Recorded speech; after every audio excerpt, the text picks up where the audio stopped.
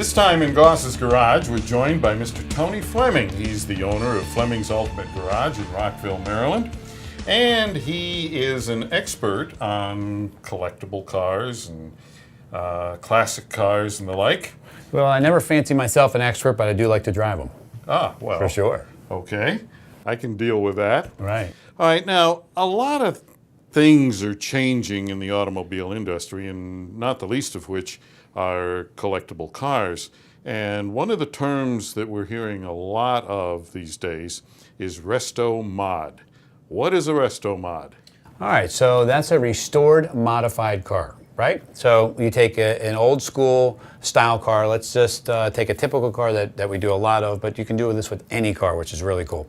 It's say a 69 Camaro or a 69 GTO or something like that. And what you do is you take that car, it's restored, and then you add modern components underneath, okay? So let's say the old car had this wide a tire, had drum brakes. You know, a lot of the muscle cars had drum brakes back in the day, yeah. right? Not even disc brakes. So we would add disc brakes to the front, maybe an upgraded suspension as far as shocks and sway bars and things like that. And now we have a car that has a wider footprint for wheels and tires. It has a suspension, it has brakes, and then it has a modified engine and transmission. So instead of having an old school 2-speed transmission that might have come in some of the mid-60s cars, right? And a lower horsepower V8, we can take a modern drivetrain out of today's car, one that's been, that you get from a recycler, and you install it in that car. And now we have the best of both worlds. We have a classic design that you can't get today, right? You can't get a 69 Camaro in that style. They've tried to do it, and it looks great, today's modern car, right? But definitely still doesn't look like a 69 Camaro or a GTO or a Bel Air or something like that. So when you install these in there, you get that great style that you'd love to see going down the street, but you get the drivability of today's modern car. You know, I saw the other day an older, it was a late 40s Dodge. It was a 4-door sedan. It was black. It was really nicely done up, but it had what looked almost like stock wheels on it. But it had a late model LS GM drivetrain in it. It had Willwood brakes and coilover suspension and air and all these things. That's exactly what you should be doing. So I get some people who say, you know what, I want to buy this car, my dad and I rode around in it, or I have a car that needs to be restored. And my dad and I rode around it. It was a family piece. I really don't want to get rid of it, but I know I need to do some things to it. It just doesn't drive well. I haven't driven it in 15 years, right? It's just been sitting. Well, the reason you haven't driven it in 15 years is because it doesn't do the things that you expect today's modern car to do. So you have a couple of choices at that point. Your choices are either fix it or bring it to somebody who, either me, you, somebody who can get it running and driving like it did back in the day. Because somebody drove that car every day, because I get that all the time.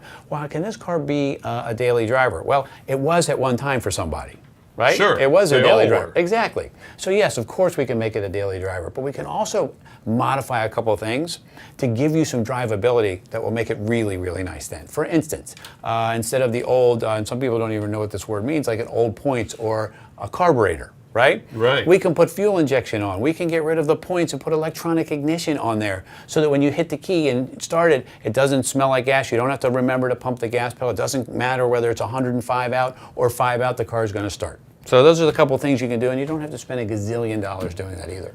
Well, that's an interesting point, because doing a really top-notch restoration, say on a 69 Camaro, can cost a boatload of money. For sure, for sure. And that's why I say to people this. So they'll say, well, I saw a 69 Camaro out there, maybe I can buy it for 8 to 10,000. It's a kind of a basket case, right? And if you've ever dated anybody who's a basket case, you'll know exactly what I mean, stay away from that. But let me finish my whole thing. So you stay away from that because you know what I'm saying. Oh yeah. So the basket case Camaro may look cheap on paper. It's $8,000 or $10,000. The wife says, yeah, I get that, because if you can make that thing worth 50 or 60 with a little bit of this and a little bit of the screwdriver turn, that sounds great. It does not happen like that at all. First off, unless that's your hobby or your business, right, you don't really know what you're doing. You do not want to get in there and start replacing the wiring harness, rebuilding the engine, the transmission, the rear end, the suspension. Who's going to do the body and paint? There's just a lot that goes on. So what we say is let someone else restore the car, right? And buy it secondhand after they're done with it. because you know the person that restored that car didn't abuse that car after they built it because they put all the love into it, right? They're not going to go out and kill that car after all the hard work and effort that they put into it. So then you can buy it at a discounted price, right? And it's a much better buy for you. And on top of it, you can be driving it this weekend instead of having to wait 2 or 3 years. Well, you know, an interesting fact about that is that nearly everyone who spends big bucks restoring a car loses money on it. Well, that's the second owner that gets the benefit. You know what, Pat brings up the best point about anything, and that is exactly that. The person that restores that car and spends the time and effort, first off, restoring a car is like a part-time job.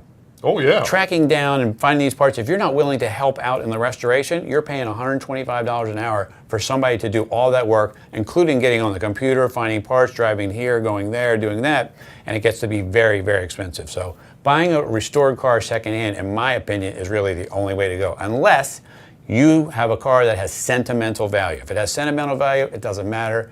Do your thing to it. Get back in the car with your dad or the family that you rode around with, and remember the good days. And the other thing to remember here is no matter how many TV shows you watch, no matter how simple they make it look, if you don't have the experience, you're not going to be able to effectively restore a car. Well, there is no way, unless you have a team of 10 experts, right? To do that show, it takes the day or the week that they get it done in, a week. Mm-hmm.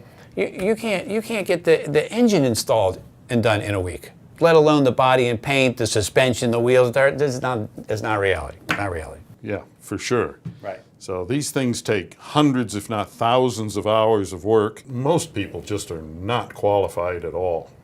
You know what? I don't know whether you are or you aren't. I'm going to say let you determine that, but read a manual on how to assemble a car. Matter of fact, what you can do to figure out whether it's really for you is to buy a shop manual for the car that you have or the car you're thinking about. Open that thing up, all right, and see how many parts are in there. There's roughly 20,000 parts in a car. We have this cool picture on our website of a car completely exploded, all laid out on the ground. 20,000 pieces. So if somebody buys a car, sometimes they'll buy a car and they'll be unhappy with this, with the radio knobs. They didn't like the way the radio knobs were. They weren't fitting properly. They say, well, how are the other 19,999 pieces? Were they good? Yeah, they were great. Come on, man. Come on. Yep, exactly. Well, Tony, I want to thank you. How can people get in touch with you? Well, call us 301-816-1000, or you can reach us on the web at Fleming'sUltimateGarage.com. And if you have a question or comment, drop me a line at radio@goss-garage.com.